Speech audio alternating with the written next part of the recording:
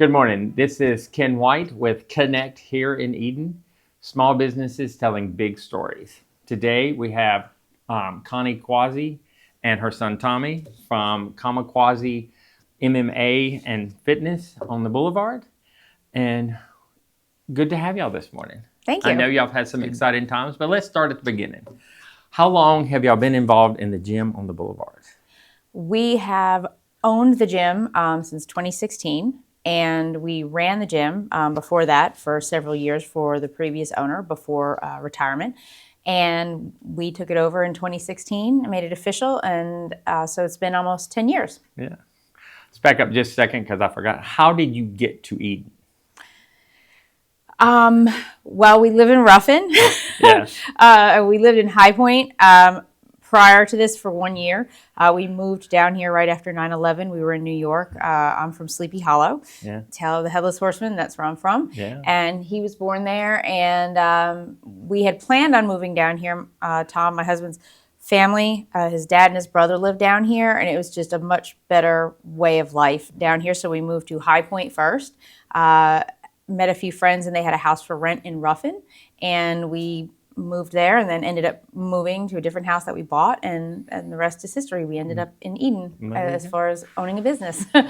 We're very glad that you did. So when people say the gym and fitness, but your gym has a little different twist to me because you don't have like traditional equipment and everything. Tell me a little bit about your gym because you focus more on classes. Right. We have classes, and we're hoping in the future to expand a little bit. We offer a cardio kickboxing class, which is a non-contact class. We use focus mitts and boxing gloves and kicking shields. You don't have to be able to kick. You don't have to be able to hit hard. You don't have to be a fighter. We do a lot of using your own body to build strength and cardio-based. And you do learn technique. So if you want to be a fighter, if you want to start getting into the MMA portion of it, you can start out with that class, and it helps. And then we do offer MMA classes, mixed martial arts. I'll let Tommy kind of dive into that a little bit, but we also offer kickboxing, kids classes earlier in the day that we start out at 6 years old, and they start out with the basics of jiu-jitsu and MMA, learning a lot of self-defense. And Tommy is actually offering private lessons as well for people who can't make our class time. So if you say, hey, I can only get there, but at 9 a.m., if it's not when we're offering a class, he can work with you and do private lessons as well now. Great. So I didn't know that. That's a good thing to know. So running a gym, I know you do. Crazy. Plus supporting a fighter that fights on national level now. Plus you're very involved in Eden. I mean, Chamber of Commerce and all that stuff. Where do you get all your energy from? I don't know. Sleep is for the weak. No. I've been wondering that my entire life. Exactly. You just go till it's done. Yeah. So I guess, I don't know, maybe a little ADHD helps. Use it like a superpower. Exactly. So, but now, ease into that a little bit about Tommy. When did you really start the M&A? What age did you start? So I was 8, just about to turn 9, when I kind of dived into it for the first time. And first time was just because it was a cool thing to do.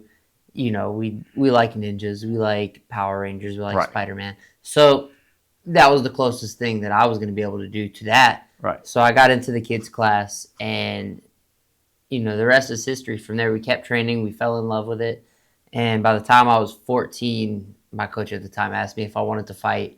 Said yeah, because I was 10 when I watched my first MMA fight, and I knew after that I was like, that was super cool, I want to do that.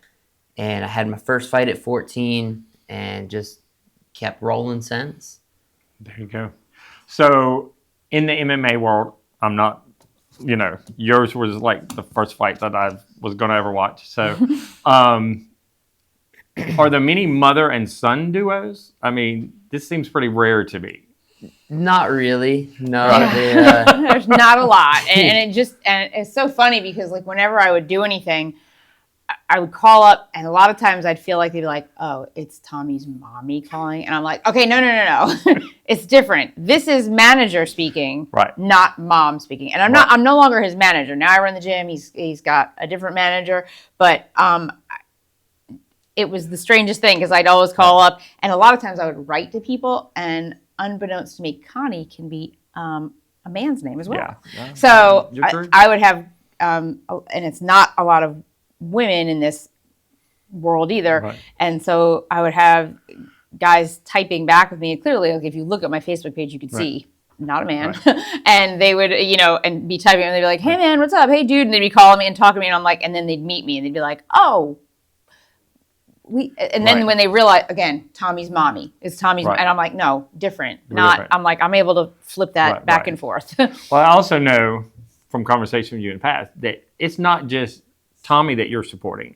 You've gone to North Carolina State, to the rural people, to help change the sport for better in the state and for other fighters. Yes. I mean, so you're kind of like everybody's mommy. I am everybody's mommy. No. We changed a law this year. It is still needing to be signed off on by the Rules and Review Committee, and is supposed to be this month. It was supposed to be last month and the month before, but it should be this month. I think that is the last time that it can be pushed forward. Right. But we changed the rule from day of weigh-ins for amateur fighters to day before, because pretty much every state in the United States, except for I think there's 2 more left that do day of weigh-ins, it's just not a good idea. They allow pros to weigh in the day before, so we fought and changed it for day before weigh-ins for amateurs as well now. Right. So we think we see where you get your drive from, Tommy. Yeah. Not to leave out your dad, but we think maybe it comes from a little bit from your mom here. So when it was a long process to get to Las Vegas, not just the airplane ride. Right. So how far back? It's been, I mean, this was after the last fight we had last year that you got qualified for that fight? Here at the fight in Eden? Yeah. Yeah. So, like, when do you start your fight club or whatever, the training part of that? So, official camp, we like to start it, I'd say 3 months is a good average out, which training's a year-round thing. Right. We're still getting work in, we're improving, but we pick it up a lot. I'd say, like I said, average about 3 months out. And, that's when the weight cut starts. That's when the diet starts. That's when, we're going in each and every day with the intention of, I'm not going to say training until failure, but getting to that point. Right. And it's, it's day in, day out of that. You're training almost every day, 1, 2, 3 times a day. And it's, 3 fun months of that. But like you said, the process started, it was right after the fight in March was like the official, I guess, process for that, looking for opponents, matchmaking there. And then end of April, we got an opponent. And then essentially I was out on my honeymoon. We came back 1 to 2 weeks, and then it was like, all right, you're in camp now. Yeah. So this is my first time out of camp for a while. I think it's great. And one of the things that I thought was really cool, and you can speak to this, is the fact that it felt like we were all in camp with you, even the people who were not in the gym. That had to have some psychological stuff. The fact that you were in Vegas, but the drive-in movie theater was full. Yeah. And there were people, I had it on my TV in my living room, and, that fact that you took all of us with you. But you took all the hits, and we appreciate that. Yeah, of course. That's what I did. That's what you did. We appreciate that. But how did that affect part of your training? I think it was definitely a motivational factor. Anytime I felt like, it was becoming a lot, it was becoming too much, like, man, like just, maybe I need a little bit of a break. I'd be like, well, now I've got 100, 200, 300 people, going to the drive-in, watching it from their homes, thousands of people all across the country supporting me, watching it. And it was like, all right, one more day, one more day, push it until we got to the fight, and even then it was just, we get back up no matter what, however tough our opponent is, we're going to keep getting back up. Right. And, there's a lot of people supporting us. So it's definitely, it backs me, it gives me a wall to kind of lean back on, and, I know that I have something supporting me. Right. Well, it's kind of like the small business in Yeah. Eden and the Boulevard. I mean, y'all were one of the original people on the, not the original people on Boulevard, but I said, we haven't been that you've long. been on that long. But the fact that it's kind of like it is the Boulevard though, and the Boulevard is now fighting back big time, Right. Yeah. Because Kind of like the beginning of the revitalization exactly, of the Boulevard. and So- and I know you have a lot of people up there that support you, but you also support the Boulevard a lot. I mean, the Boulevard, The Boulevard. which is back. This going to be back this Right, year. right. The food truck that is coming back in the spring, Mm-hmm. rodeo and stuff like that. So, how did the fact that Eden supported Tommy affect you? Oh, it's great. There's nothing like it. When you see our neighbor, Wyatt actually has a drone, and he was the kid flying the drone above the Yeah. drive-in to show us. And his dad was sending me pictures, like as people were coming in, he was like trying to like grab them on his phone and whatnot from the drone footage. And there was a bird messing with the drone the whole time. So you got video, and then you see it drop really quick, and because he was trying to get out of the way, a crow was trying to get it. But it was just really it warms your heart to see so many people. Right. And then even after, obviously you go into a fight, someone's going to win, someone's going to lose. Right. Obviously we wanted a different outcome, but this Right. was not it. Next time he's there, that's going to be the night, Right. and just the support afterwards of everybody still being there, because 1% of fighters make it to where he made it Right. out of thousands. And the support that we saw from everywhere. People were sending me messages all day, sending him, sending Tom messages, and amazing. It really is, just to see businesses come together. Not just for this, but even when we brought the fights to Eden, of which hopefully this year we'll have again. Right. And the last one was huge. And when the restaurants did, the chamber and the restaurants kind of got together and did the ultimate battle bites. And Mustard Seed named sandwiches after each of the fighters that were fighting, and that was like the coolest thing to see. Like the guys thought that was the neatest thing, but they had a sandwich named after them. And Absolutely. so it's just, there's a difference. And we had so many people that we know from big towns that, like Raleigh, that are involved in this world, and they say that's so cool that your town does stuff like that your city does stuff like that. And they're like, we see the support from our cities that you guys have from your city, and it's amazing to see. And it's kind of like a small town feel, but it's so much bigger than that. So it's pretty cool to see. And I've always said, and if you do good and you do positive, like the Boulevard, and the Boulevard is a free event. You don't get charged to be a vendor there. You don't get charged to come. The only thing you do, you have to bring candy, because you're going to be handing out lots of candy. We had almost 1,000 kids, or just over 1,000 kids show up at the last one. It's just an event you have for people in town or out of town to come to, just something for them to do. And then you start to see that build. And you see, other businesses want to be involved, and everyone kind of works together. And if all of the businesses work together and start to pump each other up, that's good for Eden. You bring an event here, and then all of the businesses do good. And when other businesses do good, it bounces off of, everyone around them. So it's just a positive thing to do, is to not just focus on, this is mine, and this is all I'm going to focus on. Right. It's everything kind of working together. Right. So. Yeah, it's great. So, back to Tommy. So, we know it didn't have the outcome that we wanted in Vegas. Yeah. So, what's next? Anything, you learn things, what happened. Yeah. So, when do you start getting ready for another battle? Next week.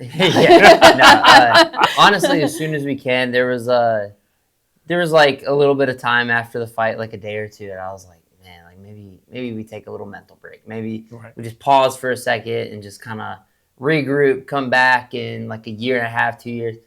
And then like the day after that, I was like, no, we got to get our get back. You know what I mean? Like we have to come back. And, the goal set, the sight set on next year to be on that same stage and to be a completely new fighter. So if I can get 2 fights in before that, that would be great. So I'm trying to fight as soon as possible. With a TKO, you get a 45-day suspension. So I have a nice 45-day, sit back and, Take a breathe. take a breather. But we're we're already kind of setting sights on a next fight. We don't know officially when it's Right. going to be, but I'm hoping for maybe January, February for, to step back in there and kind of, be ready. And like I said, be a new fighter, go cross train and, at as many high level places as I can. Right. Bring that stuff back to our gym as well. Bring it back to private lessons, coaching classes, and just looking to get better all around as an individual, as a gym, as a community. Right. When I'm speaking of the community, I know Tommy is your prize, but other people fight on in tournaments and stuff from your gym. I mean, y'all have a whole corral. I mean, what do they call it? Whatever. A fight team. A fight team. Yeah, you really do. How many people? We have 3 this weekend. Yeah. That are going to be on the card. We've got Jesus Franco, we've got Trent Barker, and Harley Bowman. So they're all stepping in this weekend in Fayetteville. Okay. And they're going to, go and do their thing, have some fun. I think they're going to do really well. We've got 2 in October. We've got Jacob and Drew Pius making their pro debuts. We've got Corbin Manley. He's looking to make his pro debut sometime in the spring-ish. Yeah. But that's tentative. We'll, however he's feeling on that. But a lot of people on the fight side of it, and then a lot of people on just the training and wellness side of it. Right. So it's pretty cool. It takes a whole. How many people went with Vegas with y'all?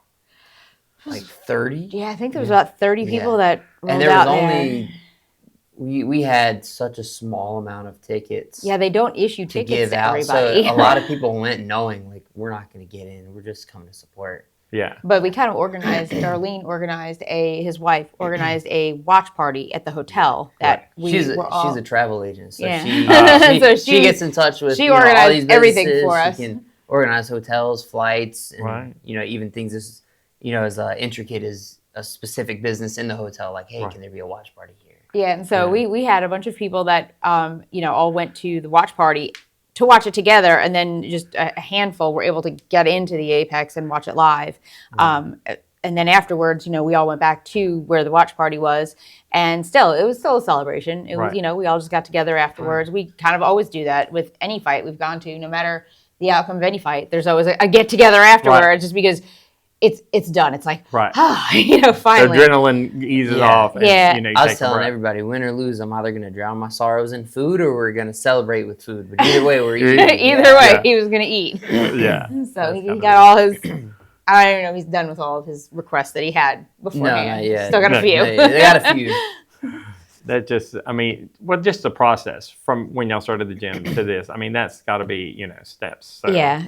It's rewarding. It's big because, again, it's now Tommy's done the work. Tommy's the one who has put in the work, the time, I shouldn't say just Tommy, because there is all of his coaches, his team, is everybody who's worked with him, all of the behind the scenes stuff that we do, all of, their behind the scenes stuff that they do, all has to come together. Mm-hmm. And just for regular, regional fights, that it all has to come together. Right. So it's a cool thing to see from watching it from the outside, people who watch it, or things that I see. And, photographers will come in and take pictures, or I'll take pictures and a video, and then I'll show people, and they're like, oh, we didn't know that was part of it. We had no idea. And even down to just, people, we have little kids write him little notes sometimes, and he's got them on the fridge at the gym, and, or they'll make a special shirt, or they'll make the Tommy for the win poster. Right. And, and they're out there just supporting him. Right. It's cool. Sandra's son said he's going to find the ref, and he said he didn't like that call. And he said when he gets bigger, he's taking him on. Yeah. Well, we are very glad y'all ended up here. We don't like the reason you ended up here, but we, from 9/11, that was bad. Well, we had planned on moving down here before then. Right. It just so happened to be that was the date that it fell, and it just so so that was not a good time, but conveniently, we're glad it was. We're glad that y'all ended up here from Sleepy Hollow, and I know you love Sleepy Hollow from doing Halloween on the Boulevard. But we're very glad y'all ended up here. And the next time you go to Vegas, maybe there'll be 60 people going with you. There we go. Exactly. Yeah, we're having a winning party next time. Exactly. So you gotta show it, be there, be square. Exactly. My name is Ken White, and this is Kennect, small business telling big stories. See you next time.